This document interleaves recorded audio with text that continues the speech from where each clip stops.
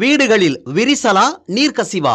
உங்கள் கட்டடங்களில் ஏற்படும் அனைத்து பிரச்சனைகளுக்கும் நிரந்தர தீர்வை உத்தரவாதத்துடன் தருகிறது பில்டிங் டாக்டர்.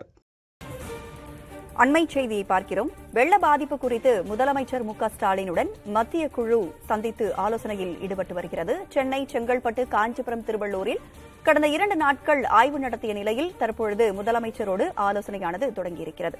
வெள்ள பாதிப்பு குறித்து முதலமைச்சர் மு.க.ஸ்டாலினுடன் மத்திய குழு ஆலோசனையில் ஈடுபட்டிருக்கிறது. கடந்த 2 நாட்களாக மத்திய குழுவினர் மழையால் பாதிக்கப்பட்ட பல்வேறு இடங்களில் ஆய்வு மேற்கொண்டனர்.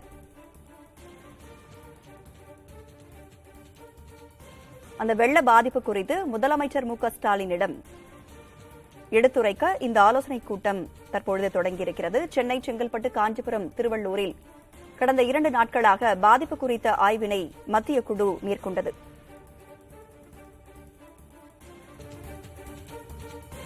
இது தொடர்பான கூடுதல் விவரங்களை வழங்க இணைந்திருக்கிறார் நமது செய்தியாளர் ரமேஷ்.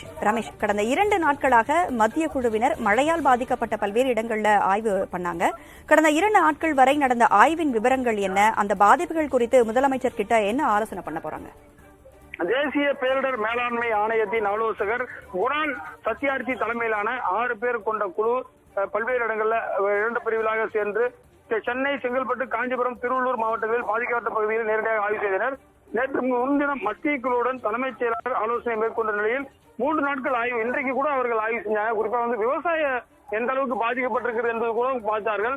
பல்வேறு இடங்கள்ல கட்டுமான பணிகள், பொதுப்பணித்துறையுடைய இடங்கள், குறிப்பாக தமிழக மாநகராட்சியுடைய இடங்கள், அதே போல பல்வேறு இடங்கள் குறித்து அவர்கள் நெடுஞ்சாலைத்துறைக்கு என்ன மாதிரியான சேதம் ஏற்பட்டது, குறிப்பாக மெட்ரோ ரயிலுக்கு என்ன மாதிரியான சேதம் ஏற்பட்டது என்பன போன்ற பல்வேறு ஆய்வுகளை முடித்துவிட்டு முதலமைச்சருடன் தற்போது சென்னை தலைமைச் செயலகத்தில் ஆலோசனை மேற்கொண்டார். தமிழக அமைச்சர்கள், குறிப்பாக நீர்வளத்துறை அமைச்சர், PWD மினிஸ்டர் ஏவா வேலு உள்ளிட்ட உயர் அமைச்சர்களும் பங்கேற்றிருக்கிறார்கள். தமிழக அரசுடைய தலைமைச் செயலாளர் சிவதாஸ் மீனா, தமிழக அரசுடைய முக்கியமான துறை செயலாளர்கள் பலரும் இதில் பங்கேற்றிருக்கிறார்கள்.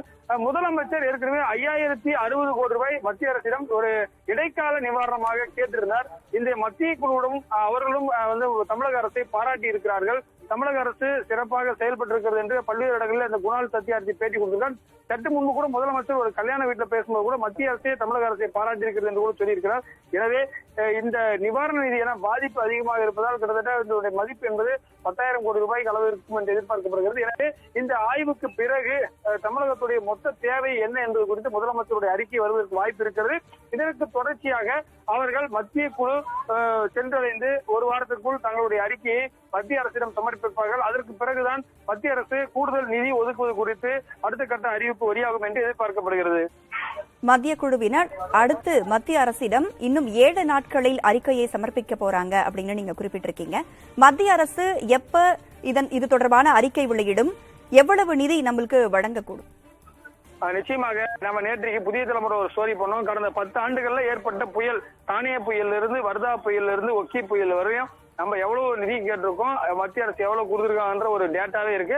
அதாவது பாத்தீங்கன்னா கேட்கக்கூடிய நிதியில் ஒரு 10% மட்டுமே கொடுக்கறதுக்கான வாய்ப்புகள் இருப்பதாக தெரிகிறது. நம்ம 10,000 கோடி கேட்டா 1000 கோடி கொடுப்பதற்கு வாய்ப்பு இருக்கிறது. ஏற்கனவே 450 கோடியை மத்திய அரசு ஸ்டேட் டிசாஸ்டர் ஃபண்ட்ல கொடுத்திருக்காங்க. எனவே வரக்கூடிய நாட்கள்ல எவ்வளவு ஃபண்ட் ஒதுக்குறாங்கன்றத நம்ம பொறுத்திருந்தான் பார்க்க வேண்டும். குறிப்பாக பாத்தீங்கன்னா பெருமளவிலான சேதம், அதாவது பாத்தீங்கன்னா முதலமைச்சர் சொல்லியிருக்காரு, இன்னைக்கு கூட ஒரே நாள்ல இவ்வளவு மழை பெய்யும் வானிலை மையமே எச்சரிக்கை விடுக்கல அப்படின்ற ஒரு முக்கியமான கருத்தை சொல்லியிருக்காரு. எனவே ஒரு அமைதியான ஒரு நாள் பெய்த மழைக்கு இன்னைக்கு சென்னை மூழ்கடைந்த அளவுக்கு ஆயிடுச்சு. எனவே சேதங்கள் தான் பெரிய, அதாவது பாத்தீங்கன்னா அரசாங்கத்துக்கு ஏற்பட்ட சேதத்தை காட்டிலும் தனிநபர்களுக்கு ஏற்பட்ட சேதம் இன்னும் அதிகம். ஒரு குடும்பத்துல நம்ம நிறைய இடத்துல இப்ப பேசும்போது ஒரு வீட்டுல ஃப்ரிட்ஜ் போயிருச்சு, வாஷிங் மிஷின் போயிருச்சு, அவரோட 2 வீலர் போயிருச்சு, நிறைய பேர் கார் போயிருச்சு. இது போன்ற அரசுடைய இழப்பை தாண்டிலும் தனிநபர் ஒவ்வொரு குடும்பத்திற்கும் பாதிப்பு ஏற்பட்டிருக்கிறதை நம்மளால கண்கூடாக பார்க்க முடிகிறது. இதையெல்லாம் மத்திய அரசு கொடுக்கக்கூடிய நிதியை வைத்துதான் தமிழக மாநில அரசும் நிவாரண பணிகளை முடிக்க முடியும். குறிப்பாக இன்றைக்கு இந்த 6000 டோக்கன் கொடுக்குறாங்க. இதுல பாத்தீங்கன்னா அனைத்து ரேஷன் அட்டைதாரர்களுக்கும் சென்னைக்கு சொல்லியிருக்காங்க. ஆனா ரேஷன் அட்டை இல்லாதவர்களுக்கான என்ன நிலைமை என்பது குறித்தும் அதில் சொல்லாமல் இருக்கிறார்கள். வெள்ள பாதிப்பு குறித்து முதலமைச்சர் மு.க.ஸ்டாலினுடன் மத்திய குழுவினர் தற்பொழுது ஆலோசனையில் ஈடுபட்டுக் கொண்டிருக்கிறார்கள். விவரங்களை வழங்கியமைக்கு நன்றி ரமேஷ். வீடுகளில் விரிசலா நீர்க்கசிவா? உங்கள் கட்டடங்களில் ஏற்படும் அனைத்து பிரச்சனைகளுக்கும் நிரந்தர தீர்வை உத்தரவாதத்துடன் தருகிறது பில்டிங் டாக்டர்.